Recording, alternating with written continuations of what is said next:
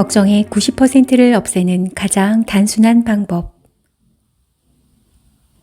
생각이 많은 사람들은 대부분 걱정이 많다.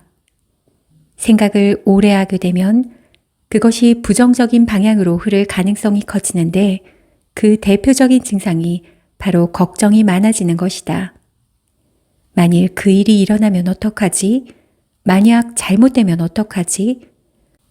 걱정을 하기 시작하면 머릿속이 걱정으로 가득 차게 되는 건 순식간이다. 그러면 아무것도 하지 않은 채 시간이 흘러가고 에너지 소모로 피로감만 커질 뿐이다.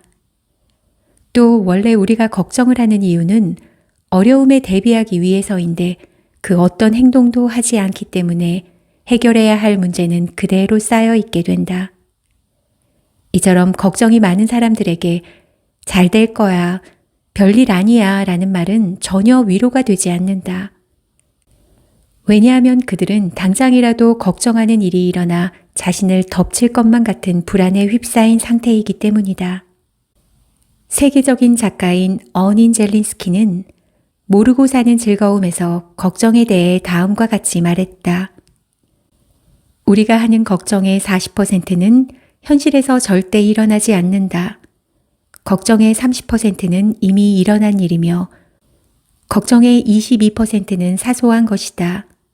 또한 걱정의 4%는 우리 힘으로 어쩔 수 없는 것이며 겨우 4%만이 우리가 바꿀 수 있다. 즉, 걱정의 96%는 해봐야 아무 소용없는 걱정이라는 것이다. 걱정이 얼마나 쓸데없는지 이렇게 물어보면 알 수 있다. 혹시 1년 전 오늘 무슨 걱정을 했는지 기억하나요? 왜냐하면 사람들은 대부분 사흘 전에 무엇을 먹었는지조차 기억하지 못한다. 19세기 독일의 심리학자 헤르만 에빙하우스는 사람의 기억에 관해 연구를 통해 망각곡선이라는 이론을 남겼다. 시간의 경과에 따른 기억의 손실 정도를 연구한 것이다. 에빙하우스는 의미 없는 알파벳 3개를 실험 참가자들에게 보여주고 기억하게 한 다음 그 기억이 얼마 만에 잊혀지는지 조사했다. 참가자들은 20분 후 기억한 내용의 42%를 잊어버렸으며 1시간 후에는 56%를, 30일 후에는 79%를 잊어버렸다. 즉, 사람들은 한 달만 지나도 기억한 내용의 80% 가까이를 잊어버린다. 그럼 1년 뒤에는 어떨까? 어쩌면 대부분 어떤 실험을 했는데 라고만 기억할지도 모른다. 사람은 그만큼 쉽게 잊어버리는 망각의 동물이다. 그러므로 지금은 심각하게 걱정하고 있더라도 1년 뒤에 돌이켜보면 무슨 고민을 했는지조차 잊어버릴 수 있다. 그렇다면 쓸데없는 걱정으로 인생을 낭비하지 않기 위해서는 어떻게 해야 할까? 첫째, 통제 불가능한 것과 가능한 것부터 구별할 것. 쓸데없는 걱정인지 아니면 지금 해야 할 걱정인지 판단하기 어렵다면 내가 그것을 통제할 수 있는가? 라는 질문을 스스로에게 던져보라. 내가 그 질문에 대해 대처할 수 있는 게 없다면 그것은 아직 일어나지 않은 일이거나 내가 통제할 수 없는 문제일 가능성이 높다. 이를테면 가족들이 갑작스럽게 병에 걸리면 어떡하지? 라는 걱정은 지금 해봐야 아무 소용이 없다. 아직 일어나지 않은 일이기에 내가 할 수 있는 것이 없기 때문이다. 그러므로 그런 걱정은 지금 당장 과감히 쓰레기통에 버리는 게 맞다. 둘째, 불안은 당신이 허락하지 않는 한 당신을 결코 해치지 못한다. 누구나 살다 보면 불안을 느낄 때가 있다. 그리고 불안은 보통 어느 정도까지 점점 강해지다가 시간이 지나면 스스로 사그라지게 마련이다. 불안을 느낀다고 해서 걱정하는 것처럼 무슨 큰일이 생기지 않는다는 말이다. 그러므로 불안을 느낄 때 두려워할 필요가 없다. 그런데 다가오는 불안을 억지로 막으려 하면 불안은 눈동이처럼 커져서 어느 순간 우리를 잠식해버린다. 별것 아닌 일에도 손을 벌벌 떨고 심장이 미친 듯이 뛰며 눈앞이 깜깜해지게 되는 것이다. 즉, 불안을 두려워하면 아무것도 할 수 없게 된다. 만약 겁에 질려 도망쳐 버리면 그 상황을 생각할 때마다 두려웠던 순간이 떠올라 다음번에는 그 상황으로 발을 들여놓기가 더 힘들어진다. 그러므로 불안을 극복하고 싶다면 불안을 회피하는 대신 불안과 마주할 수 있어야 한다. 이때 중요한 것은 아직 아무 일도 일어나지 않았다는 것이다. 이와 관련해 심리학자인 아들러는 불안은 회피하고 싶은 마음이 만들어낸 거짓 감정이라 이야기했다.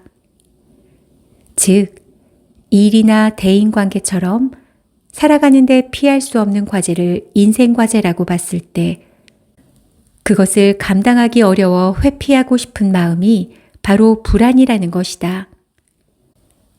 그런데 알고 보면 인생의 과제라는 것도 우리가 주변과 세상에 인정받기 위해 스스로 만들어낸 것일 뿐이다. 숙제를 낸 것도 숙제를 하지 못할까봐 불안해하는 것도 우리 자신인 셈이다. 그러므로 불안한 마음이 드는 것을 너무 두려워 마라. 불안은 잠시 머물다 사라질 감정일 뿐이다. 즉, 불안은 당신이 허락하지 않는 한 결코 당신을 해치지 못한다. 그럼에도 불안을 마주할 용기가 나지 않는다면 불안이 찾아왔을 때 괜찮아, 아직 아무 일도 일어나지 않았어 라고 스스로를 다독여주는 것이 좋은 방법이다. 셋째, 지금 당장 무엇인가를 할 것. 자기계발 분야의 선구자인 데일 카네기는 어느 순간 모든 인생 문제의 주 원인이 걱정임을 깨달았다고 한다. 왜냐하면 많은 사람이 쓸데없는 걱정을 하느라 소중한 인생을 낭비한다는 사실을 알게 되었고, 걱정 때문에 심지어 목숨을 잃은 사람들도 봤기 때문이다. 그래서 그는 걱정을 줄일 방법들과 노하우를 모아 데일 카네기 자기관리론을 펴내며 다음과 같이 말했다. 목표에 다가서지 못하고 계속 같은 자리에서 맴돌며 한 걸음도 나아가지 못한다면 누구나 신경쇠약에 걸리고 지옥 같은 삶을 살게 될 것입니다.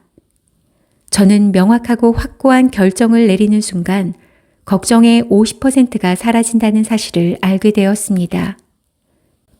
40%는 결정을 실천에 옮길 때 사라지더군요. 결국 저는 다음 4단계를 밟아 걱정의 90%를 사라지게 만들 수 있었습니다. 1. 내가 걱정하는 문제를 정확하게 써본다. 2. 내가 무슨 일을 할 수 있는지 써본다. 3. 무엇을 할지 결정한다. 4. 결정한 대로 즉시 실행한다. 그러므로 걱정을 끊어내고 싶다면 지금 당장 그 문제에 어떻게 대처할지 결정하고 그것을 실행에 옮겨보라. 중요한 것은 무엇인가를 하는 데에 있다. 그러면 문제 해결에 집중하게 되기 때문에 어느 순간 걱정이 사라지게 된다. 아마존 창립자 제프 베조스도 뭔가 일이 터져서 난감한 상황이 되면 일단 전화부터 한다고 한다. 그럴 때 전화의 내용은 그다지 중요하지 않다. 그저 전화를 하고 있다는 사실 자체가 도망가지 않고 문제를 수습하기 위해 무언가를 하고 있음을 의미하기 때문에 심리적인 안정감을 되찾을 수 있게 된다. 그것이 과연 효과적일지 의심된다면 지금 당장 해보면 될 일이다. 이상은 걱정의 90%를 없애는 가장 단순한 방법 3가지였습니다. 오늘도 걱정으로 불안하신가요? 불안은 당신이 허락하지 않는 한 당신을 결코 해치지 못한다는 말을 기억하며 불안과 마주할 수 있는 용기를 내시기 바랍니다. 감사합니다.